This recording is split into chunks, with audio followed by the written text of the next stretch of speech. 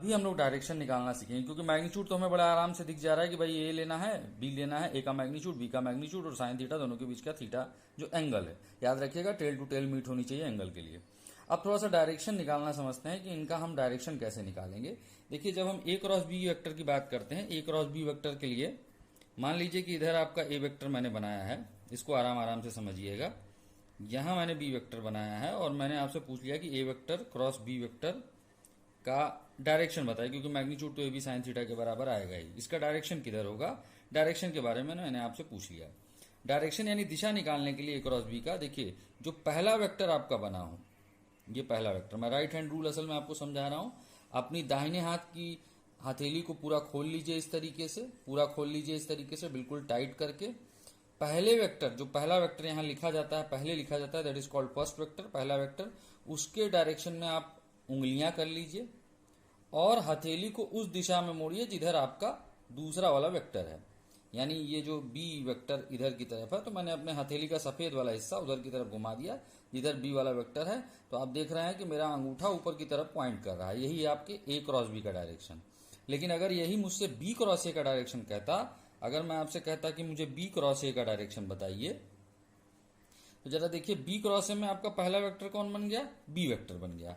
तो B vector ये आपका ये इस दिशा में है, तो आप इस डायरेक्शन में अपने राइट हैंड, ध्यान रखिएगा दाहिने हाथ की सारी चारों उंगलियां उस डायरेक्शन में कर दीजिए। और हथेली अगर हम इधर घुमाए तो देखिए इधर ए नहीं है, इधर की तरफ ए वेक्टर नहीं है, हथेली इधर हमने घुमाई है तो इधर ए वेक्टर नहीं है, ए वेक्टर तो इधर की तरफ है घुमाने पर। यानी ये ऑब्वियस सी बात है, इधर अगर हम घुमा देंगे तो हमको ए वेक्टर दिखाई देगा, इधर की तरफ ही आपका ए वेक्टर है बी वेक्टर से। बी वेक्टर से इधर की तरफ आपका ए वेक्टर नहीं है, इधर की तरफ घुमाने पर आपका ए वेक्टर पड़ता है। इसका मतलब अंगूठा इस केस में नीचे की तरफ पॉइंट कर रहा है, नीचे की तरफ पॉइंट कर रहा है, और इसका मतलब बी क्रॉस ए का डायरेक्शन अंदर की तरफ होगा। तो ये तो बात हुई राइट हैंड रूल की।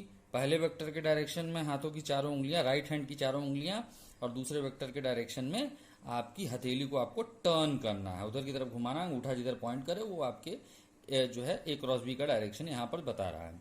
कुछ एक टिपिकल क्वेश्चन भी आ जाते हैं, जैसे मान लीजिए कि इसी में मैं आपको एक सी वेक्टर दे देता और सी वेक्टर का डायरेक्शन कुछ इस तरीके से दे देता। ये मान लीजिए कोई सी वेक्टर है और इस बार मैं आपसे क्वेश्चन पूछता कि भाई मुझे ए क्रॉस बी क्रॉस सी, यानी कि ट्रिपल क्रॉस प्रोडक्ट आ गया आपके सामने। यहां पे भी आप देखिए तीन वेक्टर्स हैं और यहाँ एक दो बार मल्टीप्लीकेशन आया। पहले आप ए क्रॉस बी का डायरेक्शन निकालेंगे और फिर उसके साथ सी का क्रॉस करेंगे। पहले जो ब्रैकेट में है उसको कैलकुलेट किया जाएगा। ए क्रॉस बी का डायरेक्शन अभी हम लोगों ने देखा ऊपर की तरफ आया, इसका मतलब जो ए क्रॉस बी का डायरेक्शन है वो ऊपर की तरफ है। ए क्रॉस बी आपका इसमें पहला वेक्टर बना है और सी वेक्टर आपका दूसरा वेक्टर है। तो ए क्रॉस बी के डायरेक्शन में आपका ऊपर की तरफ आपका ये जो डायरेक्शन आ रहा है ऊपर की तरफ है ए क्रॉस बी का पहला वेक्टर का डायरेक्शन। तो पहले वेक्टर के डायरेक्शन में उंगलियां और दूसरे वेक्टर के डायरेक्शन में आप देखिए मेरी हथेली मुड़ी हुई है इधर सी की तरफ, सी की तरफ मैंने हथेली मोड़ रखी है अपनी। ये देखिए हथेली है, और आप कॉपी भी मोड़ सकते हैं अपने पास रखी हुई, जरूरी नहीं आप हथेली या कलाई को बिल्कुल घुमा के तोड़ें, ठीक है। तो आप कॉपी भी मोड़ सकते हैं। ए वेक्टर के ये जो आपका ए क्रॉस बी ये पहला वेक्टर है, उसके डायरेक्शन में उंगलियां, हथेली, दाहिने तरफ मेरा अंगूठा पॉइंट कर रहा है। इसका मतलब अगर हम बात करें ये आपका दाहिने तरफ ए क्रॉस बी क्रॉस सी आने वाला है। ए क्रॉस बी को अगर आप आर वेक्टर लिखना चाहते हैं तो आर वेक्टर भी लिख सकते हैं, R vector cross C vector. R vector किधर के डायरेक्शन में होगा, ऊपर के डायरेक्शन में, पहले वेक्टर के डायरेक्शन में उंगलियां, दूसरे वेक्टर के डायरेक्शन में हथेली। तो आप दाहिने तरफ पॉइंट आपका आर क्रॉस सी वेक्टर करेगा, यानी इधर की तरफ आपका ए क्रॉस बी क्रॉस सी का डायरेक्शन आने वाला है। तो यहां हमने तीन वेक्टर्स के भी आपस में क्रॉस प्रोडक्ट सीखे कि किस तरीके से हम लोग तीन वेक्टर्स का भी आपस में क्रॉस प्रोडक्ट कर सकते हैं। इसके अलावा कुछ छोटे छोटे पॉइंट्स हैं, जैसे हम सबसे पहले हम इनकी भी बात कर लेते हैं। जैसे आई क्रॉस जे की बात करें, आई क्रॉस जे के बारे में हम लोग इस बात को समझें कि कैसे निकाला जाता है। देखिए आई यूनिट वेक्टर इधर की तरफ होता है, जे यूनिट वेक्टर उधर की तरफ होता है। अगर दोनों के बीच का एंगल देखें तो 90 डिग्री है। तो आई वेक्टर और अगर जे वेक्टर है तो ऊपर की तरफ आपका अंगूठा पॉइंट करेगा, यानी ऊपर की तरफ आपका डायरेक्शन आना चाहिए इसका। दूसरी बात, आई का मैग्नीट्यूड 1, जे का मैग्नीट्यूड 1, दोनों के बीच का एंगल 90 डिग्री। और एन यूनिट वेक्टर जो आपका है वो के की दिशा में है। गौर से देखिए आपका के वेक्टर की दिशा में, के यूनिट वेक्टर ऊपर की तरफ कौन सा यूनिट वेक्टर होता है, के यूनिट वेक्टर होता है। तो आई क्रॉस जे की अगर हम बात करें तो 1 × 1 की अगर हम बात करें तो यहाँ पर बहुत आराम से के की वैल्यू हम बता सकते हैं। तो के की वैल्यू की अगर हम देखें तो आई क्रॉस जे बराबर आपका के यूनिट वेक्टर के बराबर आ गया। उसी तरीके से आप जे क्रॉस आई जब आप कैलकुलेट करेंगे तो देखिए जे वेक्टर ऊपर के डायरेक्शन में है और आई वेक्टर राइट साइड के डायरेक्शन में है। तो जब जे क्रॉस आई आप निकालेंगे तो वो अंदर की तरफ अंगूठा पॉइंट करेगा। पहले वेक्टर के डायरेक्शन में उंगलियां, दूसरे वेक्टर के डायरेक्शन में हथेली घुमा देंगे आप तो अंदर की तरफ जे क्रॉस आई का डायरेक्शन आएगा, दैट इज माइनस के। जे क्रॉस आई की वैल्यू आपकी माइनस के बराबर आ गई। उसी तरीके से जब हम दूसरे वैल्यूज निकालते हैं, जैसे हम लोग जे क्रॉस के निकालें, जे वेक्टर ऊपर की तरफ यानी वाई एक्सिस की तरफ, के अगर हम देखें तो हथेली हमारी ऊपर की तरफ घूमेगी, जे की तरफ चारों उंगलियां, के की तरफ हथेली, तो दाहिने तरफ यानी प्लस आई की तरफ आपका क्रॉस प्रोडक्ट डायरेक्शन होगा, दैट विल बी आई। उसी तरीके से आप लिख सकते हैं कि के क्रॉस जे जो आएगा वो आपका माइनस आई के बराबर होगा। तो अब आप इस चीज को हम लोगों ने उसके आगे भी देखा हुआ है कि जैसे अगर हम आई जे के तीनों को आप अभी हमने आई और जे का किया, फिर जे और के का किया, अब हम के और आई का कर रहे हैं आपस में।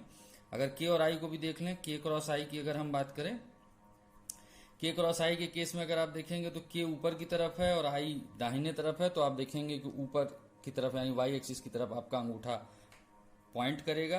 आप अपने हाथ को नहीं तो कॉपी को मोड़ सकते हैं।